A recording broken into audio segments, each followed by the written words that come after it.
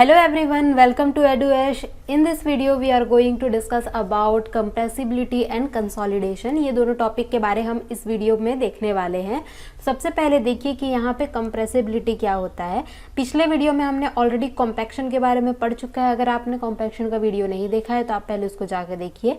देखिए यहाँ पे हमारा जो compressibility होता है, compressibility का मतलब क्या होता है कि वॉल्यूम का डिक्रीज होना। ठीक है, कोई भी चीज़ कंप्रेस हो रहा है उसका मतलब क्या है कि उसके वॉल्यूम में क्या आ रहा है, यहाँ पे डिक्रीमेंट आ रहा है। ठीक है, तो हमारा जो कंप्रेसिबिलिटी होता है दो टाइप से हो सकता है, या फिर कॉम्पैक्शन के जरिए होगा या फिर यहाँ पे कंसोलिडेशन के जरिए यहाँ पे कंप्रेसिबिलिटी होगा। कॉम्पैक्शन में हमने ऑलरेडी पढ़ा है कि ये इसमें क्या होता है कि एक्सपल्शन मतलब बाहर निकलना। किसका बाहर निकलना है, यहाँ पे जो एयर है वो बाहर निकलता है, किसमें, कॉम्पैक्शन में। ठीक है, तो it is a instantaneous process of reducing the volume of voids due to expulsion of pore air. ठीक है, तो कॉम्पैक्शन में जो वॉल्यूम ऑफ वॉइड जो रहता है वो किसके कारण से रिड्यूस हो जाता है, एक्सपल्शन ऑफ एयर के कारण से होता है इसमें। एंड यहाँ पे डिग्री ऑफ सैचुरेशन क्या होता है, लेस देन 1 होता है, क्योंकि इसमें क्या होता है कि एयर प्रेजेंट होता है। जब वाटर प्रेजेंट रहता है तभी हमारा क्या होता है, डिग्री ऑफ सैचुरेशन 1 होता है। लेकिन यहाँ पे एयर प्रेजेंट है तो डिग्री ऑफ सैचुरेशन क्या हो जाएगा, यहाँ पे लेस देन 1 हो जाएगा। ठीक है, क्योंकि यहाँ पे एयर भी प्रेजेंट है और सिर्फ और सिर्फ वाटर प्रेजेंट रहता है तो डिग्री ऑफ सैचुरेशन क्या हो जाता है, 1 के इक्वल हो जाता है। अब देखिए कि हमारा कंप्रेसिबिलिटी जो होता है वो दूसरे टाइप से कैसे होता है, कंसोलिडेशन के जरिए भी होता है। कंसोलिडेशन हमारा दो टाइप का हो सकता है। फर्स्ट जो होता है यहाँ पे प्राइमरी कंसोलिडेशन हो सकता है या फिर सेकेंडरी कंसोलिडेशन हो सकता है। मैं बहुत डिटेल में बताऊंगी कि कंसोलिडेशन क्या होता है। ठीक है, पहले बस यहाँ पे डेफिनेशन से समझ लेते हैं कंसोलिडेशन क्या होता है।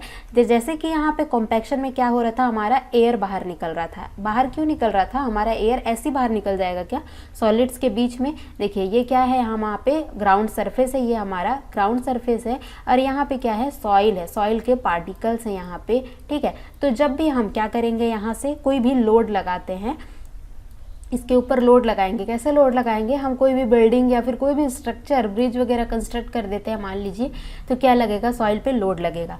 लोड लगेगा तो क्या होता है कि ये जो लोड है पहले कौन बियर करता है, इस लोड को सबसे पहले ये जो एयर, यहाँ पे क्या है, सॉइल है, सॉइल है तो सॉलिड्स हैं, सॉइल के सॉलिड्स पार्टिकल है ना, सॉइल के सॉलिड पार्टिकल है, सॉइल के सॉलिड पार्टिकल के बीच में यहाँ पे क्या है, एयर है और यहाँ पे क्या है, वाटर है। वाटर को मैं किससे शो कर रही हूँ, यहाँ पे स्काई ब्लू से यहाँ पे शो कर रही हूँ, ये क्या है, वाटर है। ठीक है, तो एयर है और वाटर है, तो क्या होगा कि इस लोड को सबसे पहले एयर बियर करेगा और जब एयर इसको बियर करेगा तो एयर क्या करेगा, बाहर निकल जाएगा। ठीक है, एक्सपेल आउट हो जाएगा लोड के कारण। पहले तो एयर के जो मॉलिक्यूल होंगे वो कंप्रेस होंगे एंड आफ्टर दैट वो क्या हो जाएंगे, एक्सपेल आउट हो जाएंगे। और जब एयर बाहर निकलेगा तो फिर वॉल्यूम जो रहेगा सॉइल का उसमें कुछ हमको डिक्रीमेंट मिलेगा। ठीक है, बाहर निकल जाएगा तो खाली जगह बच जाएगा तो वॉल्यूम ऑफ सॉइल तो कम होगा ही। ठीक है, तो फर्स्ट जो ये जो प्रोसेस है एक्सपल्शन ऑफ एयर, इसको क्या बोल दिया हम यहाँ पे, कॉम्पैक्शन बोल दिए। एंड सेकेंड हमारा प्रोसेस होता है कंसोलिडेशन। कंसोलिडेशन में हमारा क्या होता है कि जो वाटर प्रेजेंट है, इसके वर्ड्स के बीच में हमारा क्या थे, वाटर भी प्रेजेंट था ना, तो जो वाटर प्रेजेंट था ये जब बाहर निकल जाते हैं तो इसको हम क्या बोल देते हैं, यहाँ पे कंसोलिडेशन बोल देते हैं। ठीक है, एक्सपल्शन ऑफ वाटर जब होता है यहाँ पे तो सबसे पहले हमारा क्या होता है, एयर बाहर निकलता है। जब पूरी तरह एयर बाहर निकल जाएगा उसके बाद हमारा क्या होगा कि कंसोलिडेशन होगा। कंसोलिडेशन में भी हमारा क्या होता है, यहाँ पे वाटर बाहर निकलता है। ठीक है, और वाटर के बाहर निकलने के बाद भी एक और प्रोसेस होता है जिसको हम कुछ और नाम देते हैं। देखिए यहाँ पे बताती हूँ मैं आपको। कंसोलिडेशन आपने देखा, कंसोलिडेशन दो टाइप से, primary consolidation, secondary consolidation. Primary consolidation में क्या होता है कि जो हमारा एक्सपल्शन ऑफ पोर वाटर जो होता है इसको हम क्या बोलते हैं, यहाँ पे प्राइमरी कंसोलिडेशन बोलते हैं। मतलब कि वाटर जो बाहर निकलता है उसको प्राइमरी कंसोलिडेशन बोल देते हैं। ठीक है, अब सेकेंडरी कंसोलिडेशन क्या है, फिर वाटर बाहर निकलता है तो हम उसको क्या बोल दिए, प्राइमरी बोल दिए। ठीक है, अब देखिए कि जैसे कि क्या हो गया कि यहाँ से लोड लगा तो जो भी एयर था वो बाहर निकल चुका है, जो भी वाटर था वो भी बाहर निकल चुका है। ठीक है, बचते क्या है, फिर सिर्फ और सिर्फ यहाँ पे बच जाएंगे सॉइल के सॉलिड्स। ठीक है, अब क्या बच जाएंगे, सिर्फ सॉइल के सॉलिड। अब ये क्या करेंगे कि इनके बीच का जो जगह है, वाटर के बाहर निकलने के बाद कुछ जगह तो बच जाएगा, वो जो जगह ऑक्यूपाई करके रखे थे वो तो खाली हो चुका है अब। तो अब क्या करेंगे कि ये जो सॉलिड है उस जगह को घेरेंगे, ठीक है। तो क्या करेंगे, रीएडजस्टमेंट ऑफ ये जो सॉइल पार्टिकल जो होगा ना, ये हमारा क्या कहलाता है, यहाँ पे सेकेंडरी कंसोलिडेशन होता है। जो भी खाली जगह है उसको क्या करेगा, ये जो सॉइल के सॉलिड्स पार्टिकल है वो क्या करते हैं, फिलअप करते हैं, और इसको हम क्या बोलते हैं, सेकेंडरी कंसोलिडेशन बोलते हैं। तो हमने यहाँ पे 3 टाइप से चीज़ें पढ़ी हैं, ठीक है। कंप्रेसिबिलिटी में 3 टाइप से चीज़ें पढ़ी। फर्स्ट जो है एक्सपल्शन ऑफ एयर पढ़ा। एक्सपल्शन ऑफ एयर में हमारा क्या हुआ कि इसको हम क्या बोल दिए, कॉम्पैक्शन बोल दिए। सेकंड हमने पढ़ा expulsion of water. Expulsion of water में हम क्या बोल दिए यहाँ पे, प्राइमरी कंसोलिडेशन। थर्ड जो हमने पढ़ा यहाँ पे क्या पढ़ा, readjustment of soil solid particle. तो इसको हमने क्या बोल दिया यहाँ पे, सेकेंडरी कंसोलिडेशन बोल दिया। तो 3 टाइप होते हैं हमारे कंप्रेसिबिलिटी के लिए रिस्पॉन्सिबल, ठीक है। ये 3 चीजें आपने यहाँ पे देख ली। अब इसी को मैंने यहाँ पे लिख दिया है कि it is a time dependent phenomena of reducing the volume of voids due to expulsion of pore water.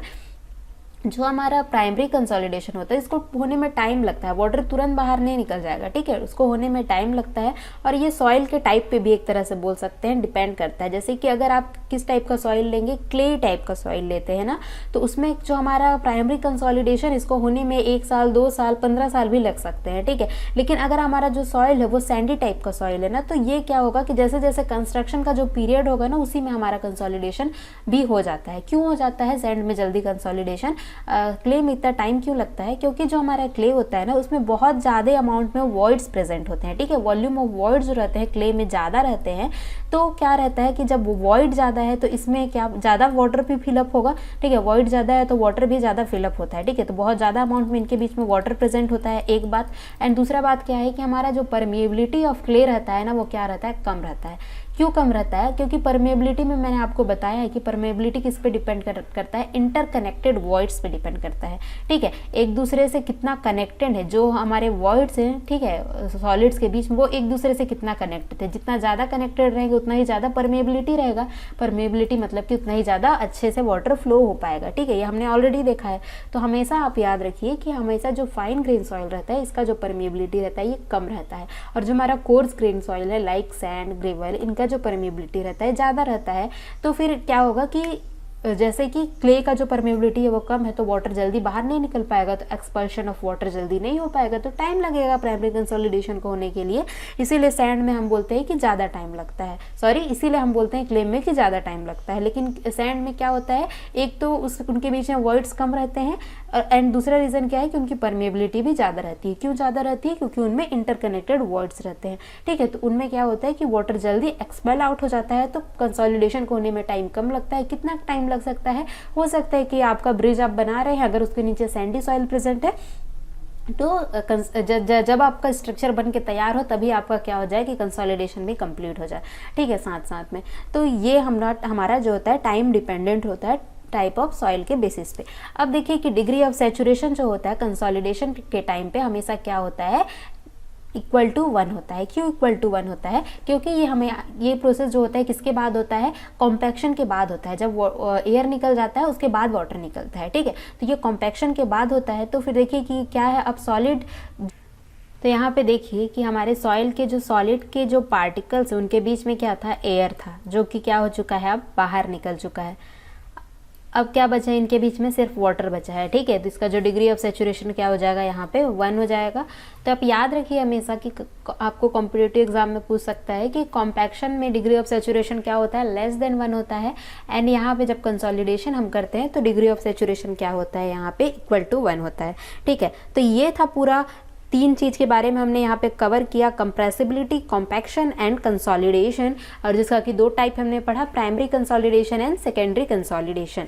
अब देखिए कि एक बार इसको रिव्यू ले लेते हैं कि क्या क्या स्टेप्स हमने देखे कंप्रेसिबिलिटी ऑफ सॉइल के लिए। तो सबसे पहले क्या होता है, हमारा एयर बाहर निकलता है, तो क्या होता है सबसे पहले, कंप्रेशन ऑफ पोर एयर। हमारा क्या है यहाँ पे, ये हमारा क्या है, ग्राउंड था, इसमें हमने क्या किया है, एक बिल्डिंग कंस्ट्रक्ट कर दिया है। यहाँ पे ये एक बिल्डिंग कंस्ट्रक्ट कर दिया, तो क्या हो गया, इस पे लोड लग गया है। अब इसमें जो भी सॉइल प्रेजेंट है इसके नीचे, ये क्या है, हमारे सॉइल प्रेजेंट है।